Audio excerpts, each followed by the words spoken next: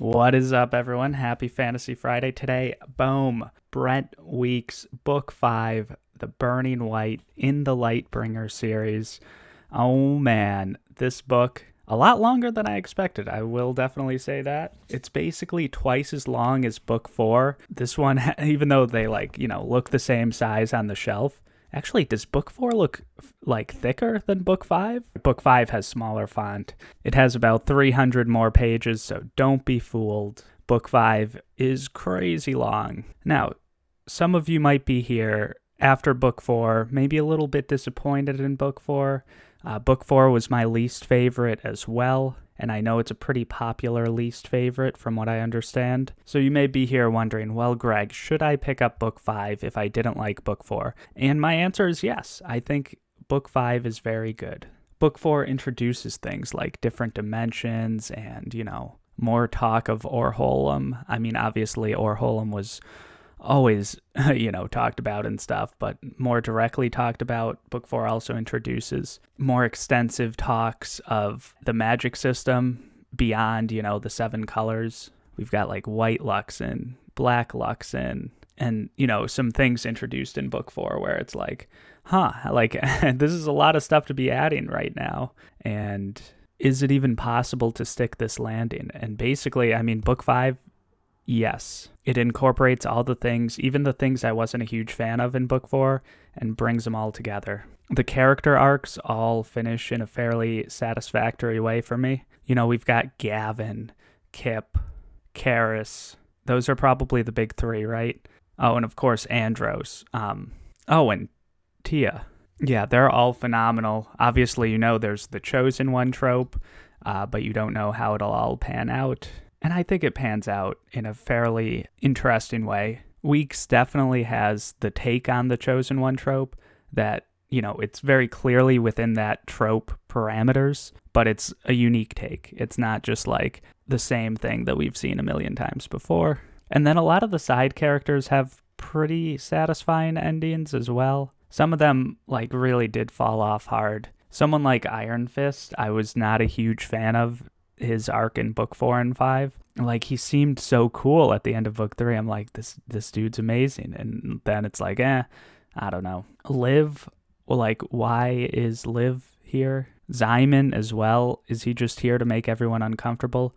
Murder Sharp is also here to make everyone uncomfortable, but I think he's way more interesting in this book than in previous books. You learn more about him, and him and Tia talking is, always, a very interesting dynamic. And then, of course, throw in the old man of the desert as well, and Andros, and who knows what about who. And yeah, that's amazing. Also, Iron Fist, obviously, might know something about something. And yeah, the Blackguard. The Blackguard, I love. Even in Book 4, I know I wasn't a big fan of Book 4, and the Blackguard do have a lot of banter. They probably banter too much about, fart jokes or whatever. And, that continues on in this book as well. I love the dynamic between all the Blackguards, and I feel like I really know them very well. It's, surprising how well I know all of them. And Weeks makes them very distinct and carries that through to the end. And also dealing with loss in the Blackguard. Obviously, Cruxer lost, what was her name? Lucia? And Cruxer dealing with that loss throughout this book was difficult, and it also paralleled, Karis dealing with loss. A lot of people deal with loss in this book. Obviously, Gavin has had a lot of loss, certainly on a personal level. He's gone from hero to zero to maybe someone at the start of this book. Oh, and one more thing, the plot, the climax, the Sanderlanche, if you will, even though this isn't a Sanderson book, it was phenomenal. It started earlier than I thought it would, just with all the action. But I think that's partly because there was more falling action than I expected, and some of the falling action was boring. But, I don't really care if 20 of the last 50 pages of a book are bad, especially if it's a big book like this that's concluding a massive series. All right, so now spoilers, okay? We can talk about that fast-paced plot, that crazy ending. So first, the ending and the falling action. I feel like Brent Weeks gives us a lot of answers with what was happening and Orholum, and it was a little weird that it was thrown in just at the end. I don't even know how I feel about it still. But again, I don't really care about weird falling action. The Andros and Kip thing, that, I don't know. It's weird that Andros is given all the power at the end. I feel like, obviously it's Andros. He doesn't deserve to, be the leader of anything or whatever, or at least not in a world that is, just or like moral. And, like the political system more broadly in this series is interesting and, somewhat realistic, somewhat grimdark in terms of, politics being politics. And, there's always, some corruption. There's always horse trading. And there's always things like Iron Fist coming in at the end and just not unilaterally supporting the Chromaria over the White King, even though the White King, he seems to be the greater of the two evils. But, it's politics. And, absolute power corrupts absolutely. Even Iron Fist, which, I was sad about. I felt like he didn't follow with his principles throughout this book and last book. And, his principles were interesting.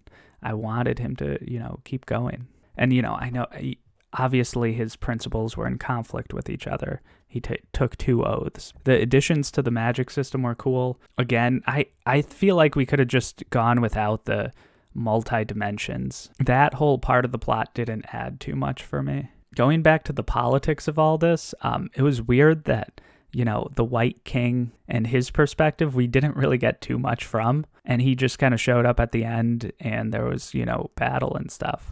But it was really like a story about the internal conflict within the Chromaria, which is very often how these things go within geopolitical politics, whether it's the real world or fantasy worlds.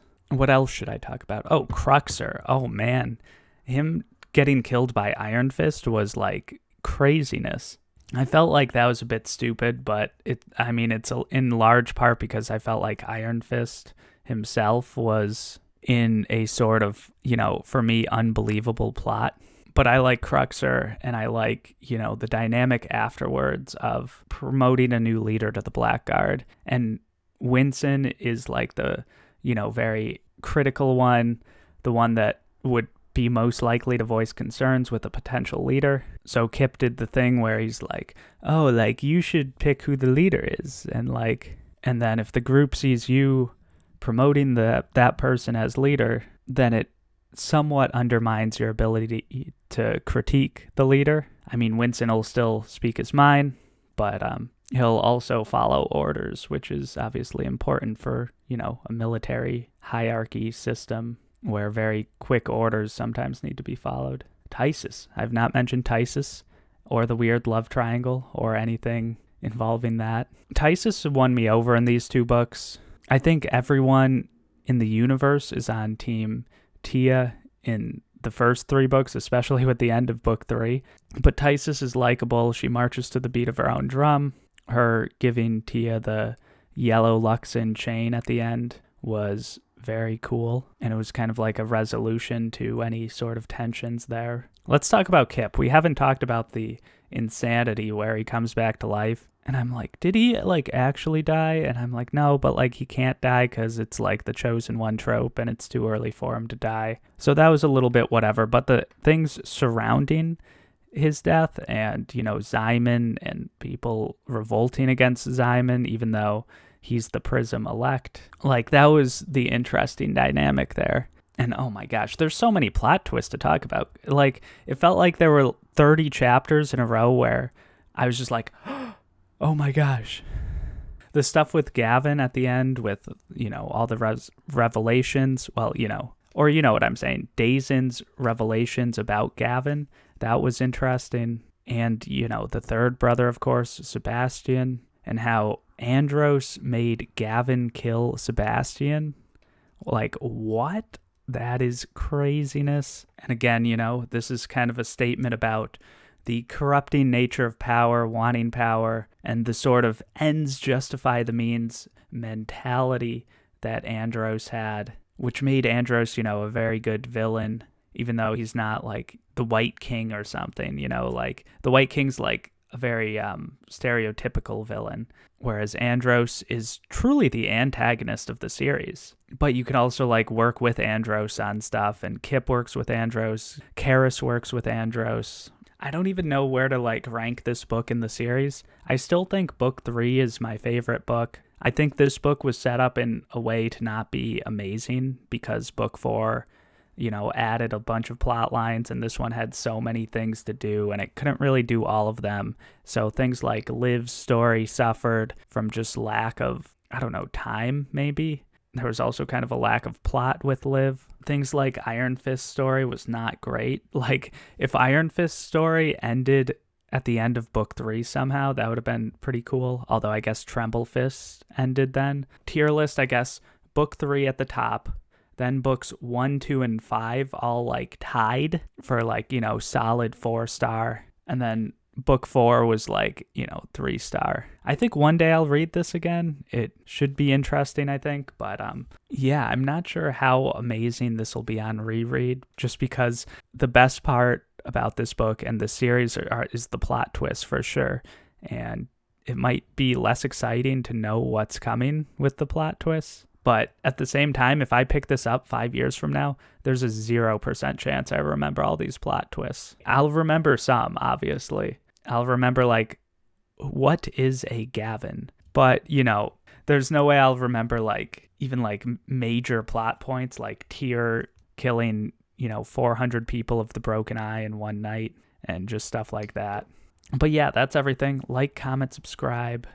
Join my Discord if you wish. The next epic series I'm starting is Malice, which I'm starting this month. And yeah, so you can join my Discord to talk about that. And yeah, then Wheel of Time later this year. So yeah, just a bunch of fun. Thank you all for watching. If there's anyone here from like, my first videos, I'm pretty sure my first book review was The Black Prism.